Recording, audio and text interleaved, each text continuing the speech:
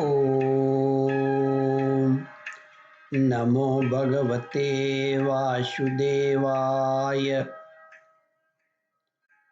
श्रद्धालु भक्तों, श्रीमद् भागवत महापुराण के सप्तम स्कंद के 7वां अध्याय के अंतर्गत प्रहलाद जी के द्वारा माता के गर्भ में प्राप्त हुए नारद जी के उपदेश का वर्णन है।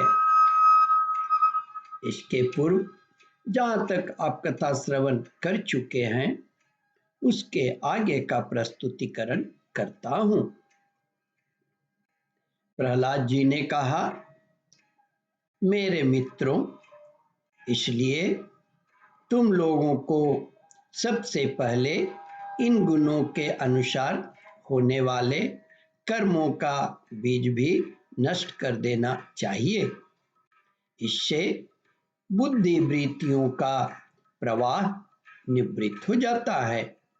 इसी को दूसरे शब्दों में योग या परमात्मा से मिलन कहते हैं।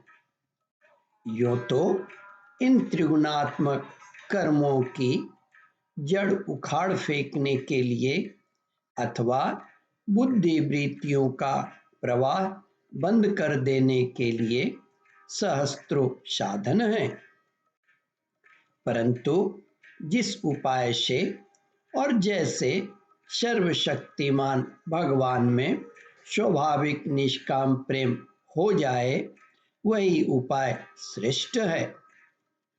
यह बात स्वयं भगवान ने कही है।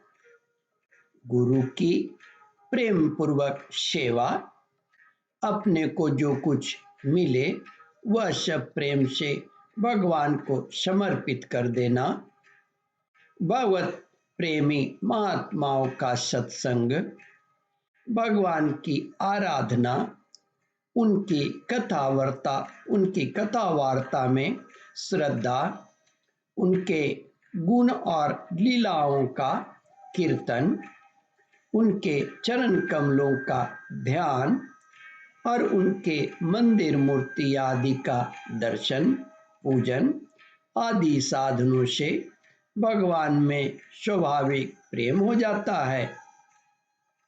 सर्वशक्तिमान भगवान श्री हरि समस्त प्राणियों में विराजमान हैं। ऐसी भावना से यथाशक्ति सभी प्राणियों की इच्छा पूर्ण करे और हृदय से उनका सम्मान करे।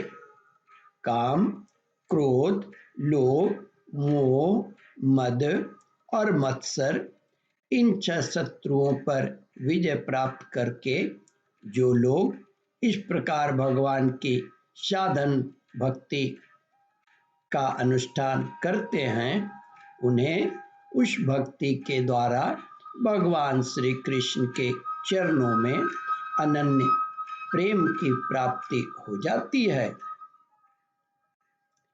प्रहलाद जी ने कहा, मित्रों, जब भगवान के लीला शरीरों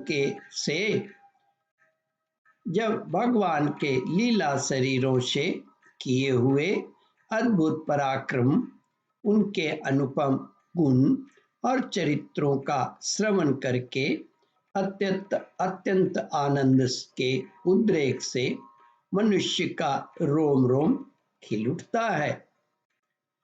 आंसुओं के मारे कंठ गदगद हो जाते हैं और वह संकोच छोड़कर जोर जोर से गाने, चिल्लाने और नाचने लगता है।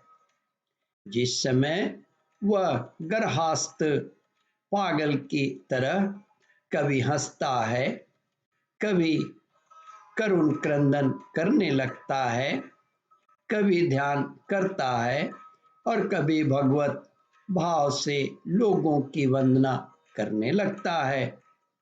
जब वह भगवान में ही तन्मय हो जाता है, बार बार लंबी सांस खींचता है और संकोच छोड़कर हरे जगतपते नारायण कहकर पुकारने लगता है, तब भक्ति योग के महान प्रभाव से उसके सारे बंधन कट जाते हैं और भगवत भाव की भावना करते करते उसका हृदय भी तदाकार भगवानमय हो जाता है।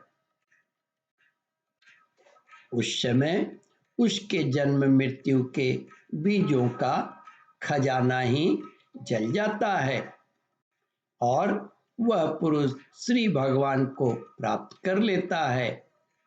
इस अशुभ संसार के दलदल में फंसकर अशुभ में हो जाने वाले जीव के लिए भगवान की यह प्राप्ति संसार के चक्कर को मिटा देने वाली है। इसी वस्तु को कोई विद्वान ब्रह्म और कोई निर्वाण सुख के रूप में पहचानते हैं।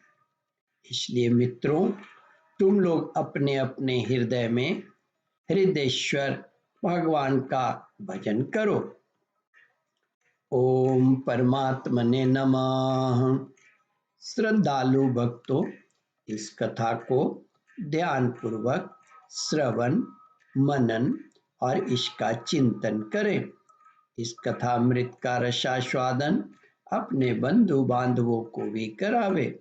इस वीडियो को शेयर और सब्सक्राइब करें। ओम परमात्मने नमः।